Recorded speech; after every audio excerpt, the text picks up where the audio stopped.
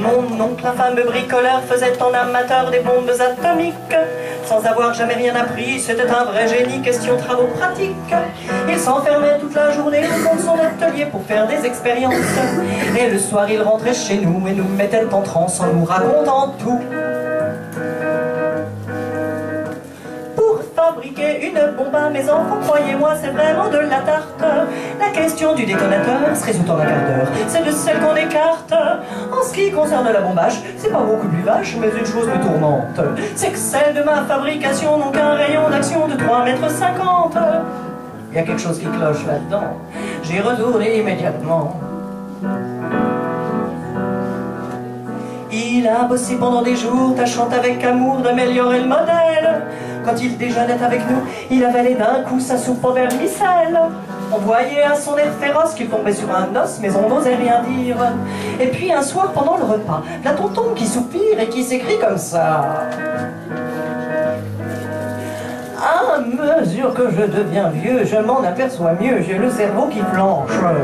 Soyons sérieux, disons le mot, c'est même plus un cerveau, c'est comme de la sauce blanche. Voilà des mois et des années que j'essaie d'augmenter la portée de ma bombe, hein, Madame Carl. Mais je ne me suis pas rendu compte que la seule chose qui compte, c'est l'endroit où elle tombe. Il y a quelque chose qui cloche là-dedans. J'y retourne immédiatement. C'est pas facile avec les garçons. Hein. Sachant proche le résultat, tous les grands chefs d'État lui ont rendu visite. Il les reçut et s'excusa de ce que sa cagnotte était aussi petite. Mais sitôt qu'ils sont tous entrés, il les a enfermés en disant « Soyez sages ». Et quand la bombe a explosé, de tous ces personnages, il n'est plus rien resté. Tonton, devant ce résultat, ne se dégonfla pas et joua les andouilles. Au tribunal, on l'a traîné, mais devant les jurés, le voilà qui bafouille. Messieurs, c'est un hasard affreux, mais je jure devant Dieu, qu'en mon âme et conscience, eh bien qu'en détruisant tous ces tordus, je suis bien convaincu d'avoir sauvé la France. On était dans l'embarras, alors on le condamna et puis on l'amnistia. Et le pays reconnaissant l'élut immédiatement chef du gouvernement.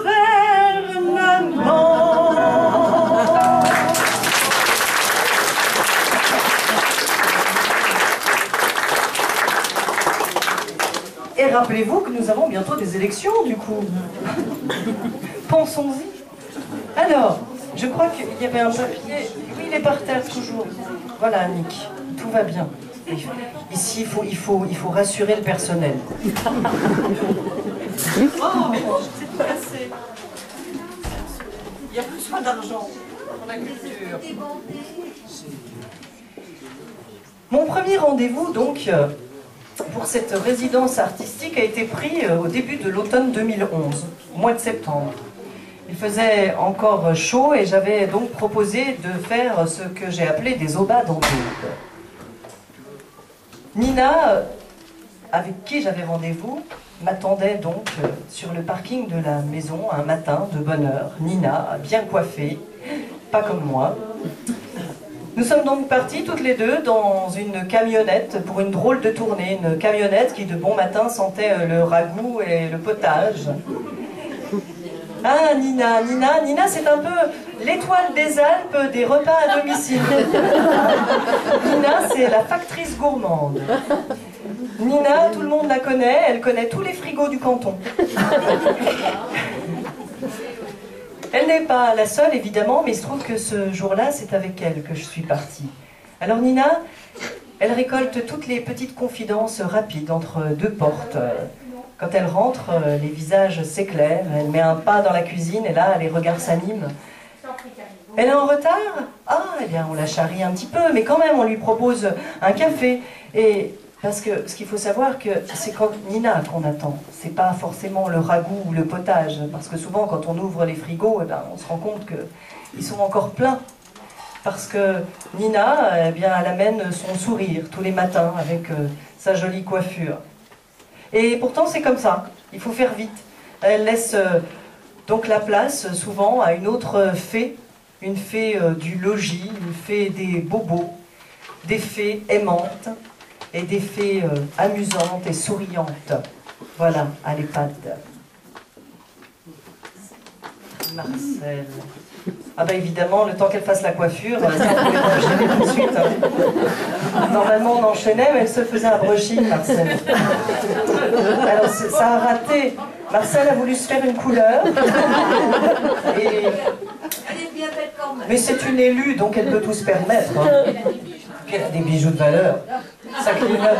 Ça, c'est au cas où elle tombe en panne, on est tranquille.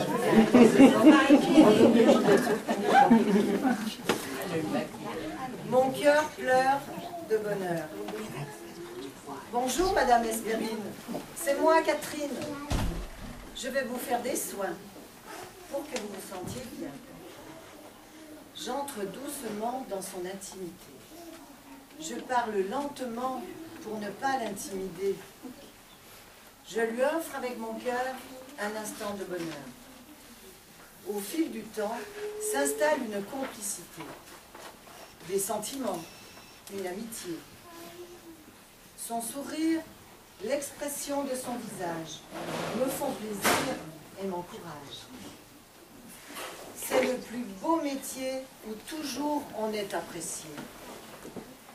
Oui, mon cœur pleure quand elle se meurt. Il pleure de bonheur quand elle part en douceur. C'est un texte écrit par Catherine.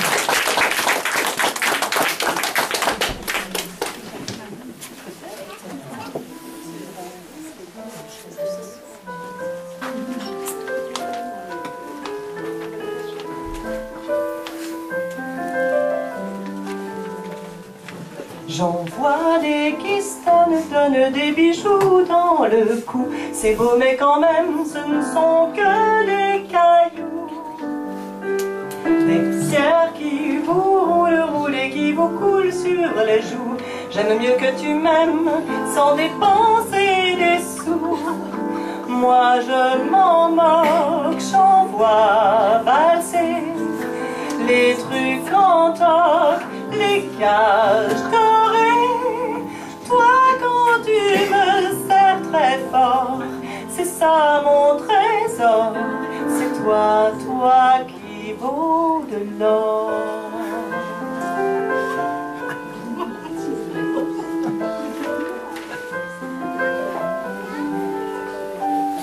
J'en vois des qui se lancent des regards et des fleurs et qui se cherchent quelque part ou ailleurs entre les roses et les choux.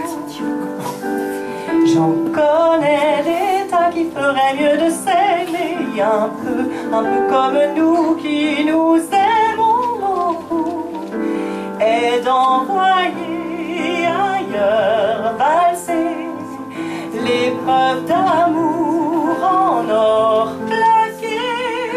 Toi quand tu me serres très fort, c'est ça mon trésor. C'est toi, toi qui vaut de l'or.